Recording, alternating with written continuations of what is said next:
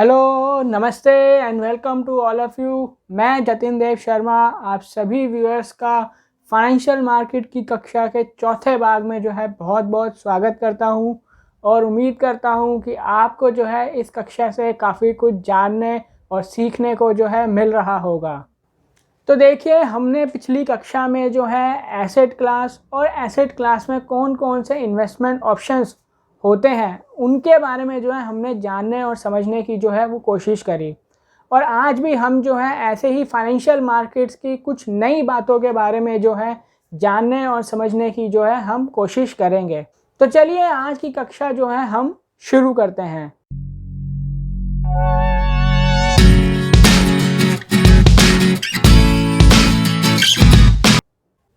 तो देखिए, जैसे कि हम सब जानते हैं कि पिछले 1.5 साल में जो है आरबीआई ने इंटरेस्ट रेट्स जो हैं वो कम किए हैं, जिसकी वजह से जो है जो डेट इन्वेस्टमेंट ऑप्शंस हैं जैसे कि पीपीएफ, एफडी, आरडी, उनके जो इंटरेस्ट रेट्स हैं वो भी कम हुए हैं। और साथ ही अगर हम महंगाई की बात करें तो महंगाई जो है वो काफ़ी बढ़ गई है। और उसके साथ ही अगर हम उसमें टैक्सेशन भी जो है अगर हम एडजस्ट कर दें तो हमें इन डेट इन्वेस्टमेंट ऑप्शंस में जो है हार्डली कुछ रिटर्न्स जो है हमें देखने को कुछ मिलते हैं।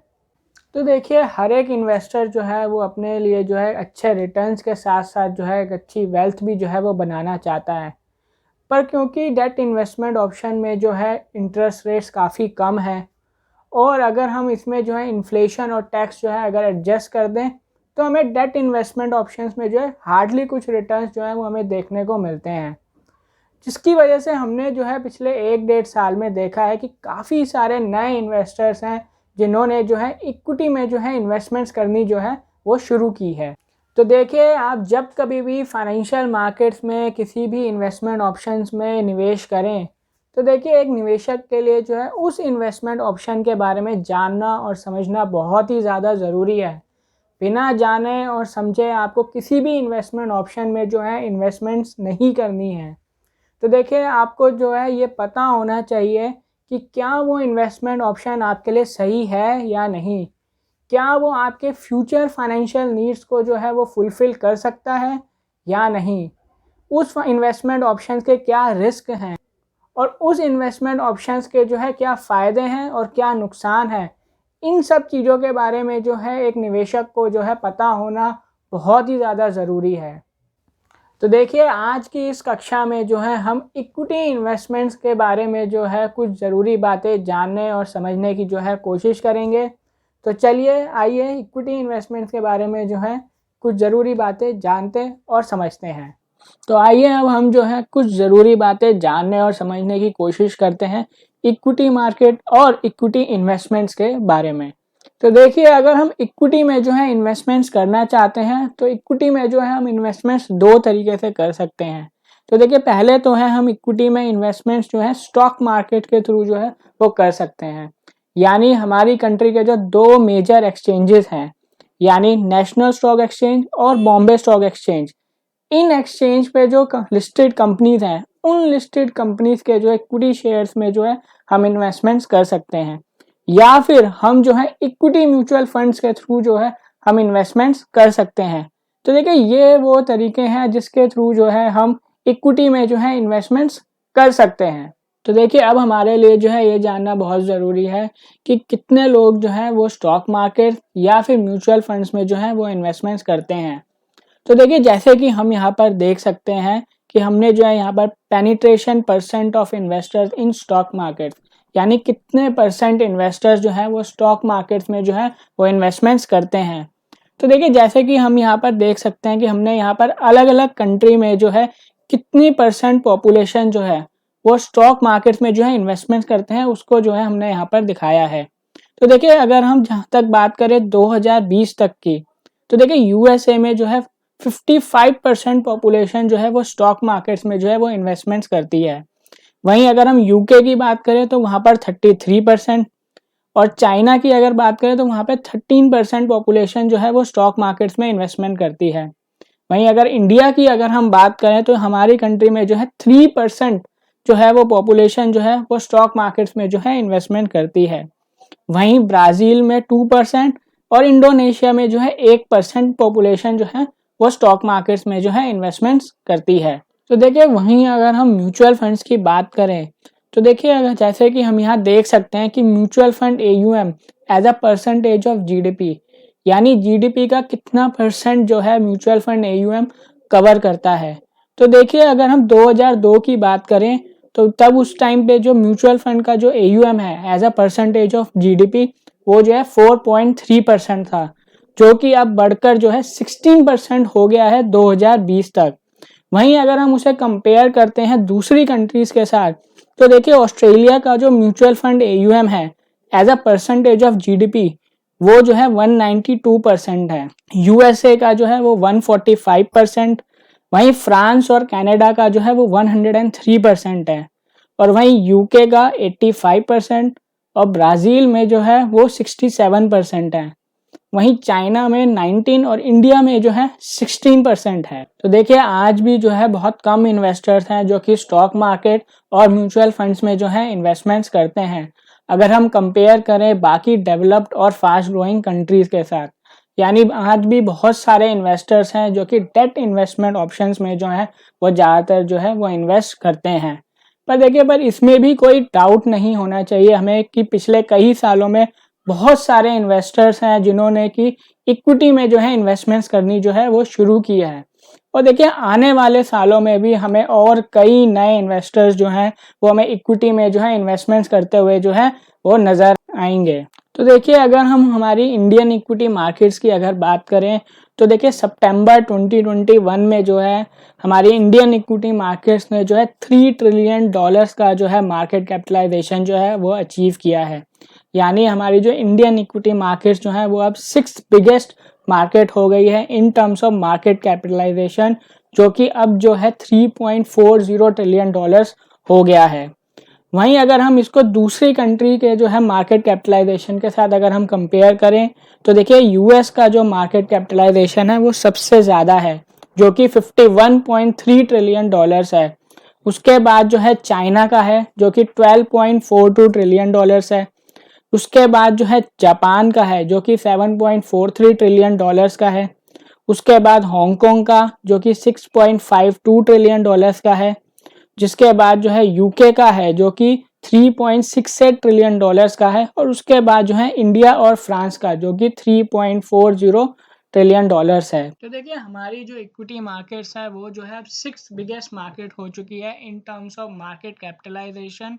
और आने वाले सालों में जो है हम देखेंगे कि हमारी जो मार्केट्स का जो मार्केट कैपिटलाइजेशन जो है वो और भी जो है वो बढ़ सकता है। तो देखिए जब कभी भी हम किसी इन्वेस्टमेंट ऑप्शन में जो है इन्वेस्ट करते हैं तो हमें सबसे पहले जो है उस इन्वेस्टमेंट ऑप्शन की जो है पास्ट परफॉर्मेंस के बारे में जो है पता होना चाहिए। तो देखिए वहीं अगर हम बात करें इक्विटी मार्केट के परफॉर्मेंस के बारे में तो देखिए इक्विटी मार्केट की परफॉर्मेंस जो है हम दो बेंचमार्क इंडेक्स के थ्रू जो है मेजर कर सकते हैं, यानी निफ्टी 50 इंडेक्स और BSE सेंसेक्स इंडेक्स के थ्रू जो है हम इक्विटी मार्केट की जो परफॉर्मेंस है उसको जो है हम मेजर कर सकते हैं। देखिए ये जो दो मेजर इंडेक्स हैं ये जो है हमारी कंट्री की जो टॉप 50 कंपनीज हैं उससे जो है मिलकर बना है। और देखिए इन दो मेजर इंडेक्स के थ्रू जो है हम केवल इक्विटी मार्केट की परफॉर्मेंस ही नहीं पर साथ ही एक हमारी कंट्री की जो इकोनॉमी है वो कैसा परफॉर्म कर रही है उसको भी जो है हम इसके थ्रू जो है मेजर कर सकते हैं। तो देखिए वहीं अगर हम निफ्टी 50 इंडेक्स की अगर परफॉर्मेंस की अगर बात करें तो देखिए निफ्टी 50 इंडेक्स की जो है शुरुआत हुई थी नवंबर 1995 में, जब उसकी बेस वैल्यू जो थी वो 1000 थी। और देखिए आज की डेट में जो है निफ्टी 50 इंडेक्स की जो बेस वैल्यू है वो 17,511 हो गई है। तो देखिए निफ्टी 50 इंडेक्स जो है वो 17.5 टाइम्स जो है वो बढ़ चुका है अपनी शुरुआत से। और देखिए वहीं अगर हम रिटर्न की अगर बात करें तो देखिए निफ्टी 50 इंडेक्स ने जो है 11.64% का जो है एक CAGR रिटर्न दिया है अपने इंसेप्शन से।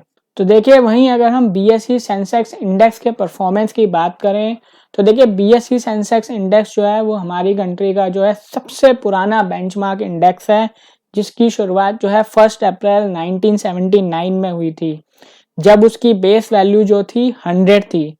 वहीं आज जो है BSE सेंसेक्स इंडेक्स की जो बेस वैल्यू है वो 58,500 के अराउंड जो है वो हो चुकी है। तो यहाँ पर अगर हम देखें तो देखिए BSE सेंसेक्स इंडेक्स जो है वो 585 टाइम्स जो है वो बढ़ चुका है सिंस इंसेप्शन से, मतलब जब से उसकी शुरुआत हुई है तब से वो 585 टाइम्स जो है वो बढ़ चुका है।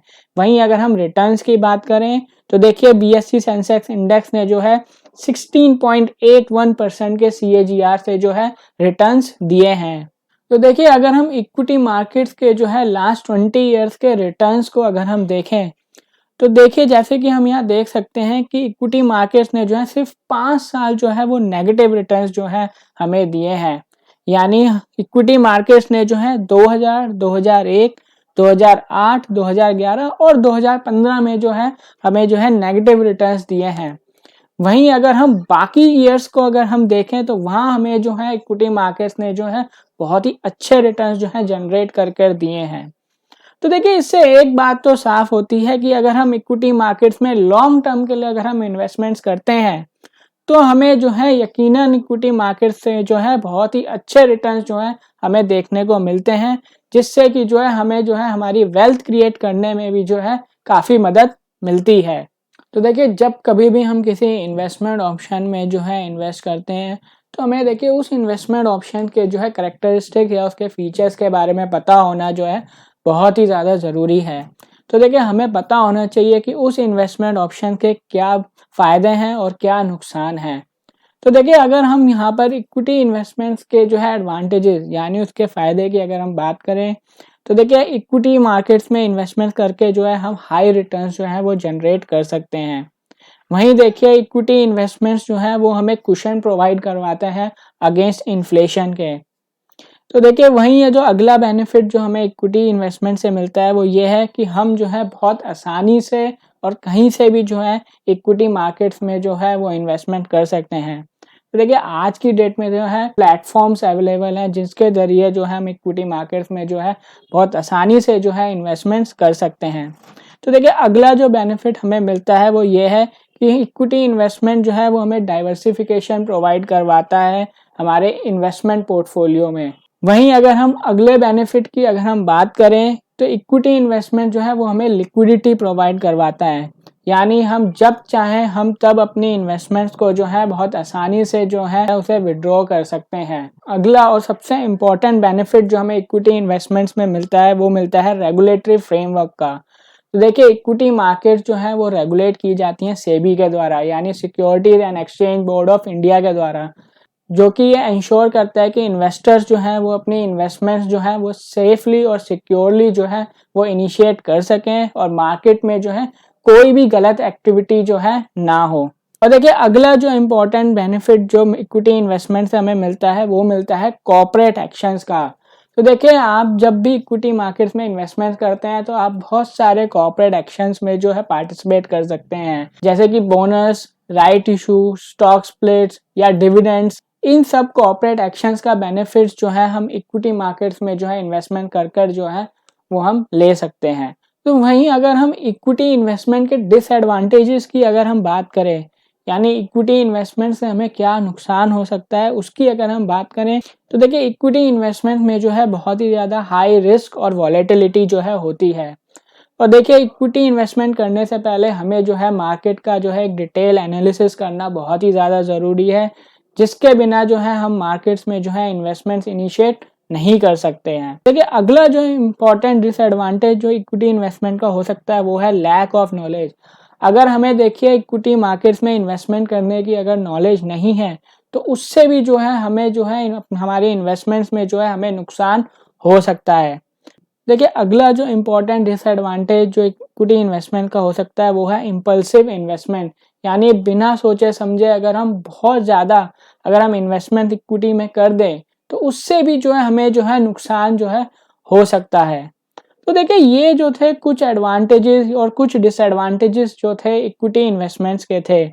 तो देखिए इक्विटी मार्केट्स में देखिए इन्वेस्टमेंट करने के फ़ायदे बहुत सारे हैं और नुकसान बहुत कम। तो देखिए अगर हम सही तरीके से और सोच समझकर अगर हम इक्विटी मार्केट्स में अगर हम इन्वेस्टमेंट्स करें तो यकीनन हम जो है इक्विटी मार्केट्स में जो है बहुत अच्छे रिटर्न्स जो है वो जनरेट कर सकते हैं और अपने लिए जो है एक बहुत ही बढ़िया वेल्थ जो है हम अपने लिए जो है क्रिएट कर सकते हैं, जिससे कि हम जो है अपने आने वाले जो फ्यूचर फाइनेंशियल जो हमारी नीड्स हैं उनको जो है हम पूरा कर सकते हैं। तो देखिए आज की इस कक्षा में जो है हमने इक्विटी इन्वेस्टमेंट्स के बारे में जो है काफ़ी ज़रूरी बातें जानी और समझी, और साथ ही हमने जाना कि अगर हम इक्विटी में जो है लॉन्ग टर्म के लिए जो है अगर निवेश करें तो उसमें जो है हमें काफ़ी फ़ायदा होता है, कि यानी अगर हम इक्विटी मार्केट्स में अगर लॉन्ग टर्म के लिए जो है इन्वेस्टमेंट्स करते हैं तो हम केवल अच्छे रिटर्न्स ही नहीं पर साथ ही एक अच्छी वेल्थ भी जो है हम बना सकते हैं। तो देखिए मैं उम्मीद करता हूँ कि आपको आज की इस कक्षा से जो है काफ़ी कुछ जानने और सीखने को मिला होगा, और अगर आपको आज की ये कक्षा पसंद आई हो तो देखिए वीडियो को लाइक और शेयर कीजिए और चैनल को सब्सक्राइब कीजिए, ताकि आप भी जो है फाइनेंशियल मार्केट की कक्षा के साथ जो है जुड़ सकें और फाइनेंशियल मार्केट्स के बारे में जो है और जान सकें। तो देखिए मैं आप सबके साथ जो है फाइनेंशियल मार्केट की कक्षा के अगले भाग के साथ फिर मिलूँगा, पर तब तक के लिए मैं आप सबसे इजाज़त लेता हूँ। थैंक यू, नमस्ते एंड जय हिंद।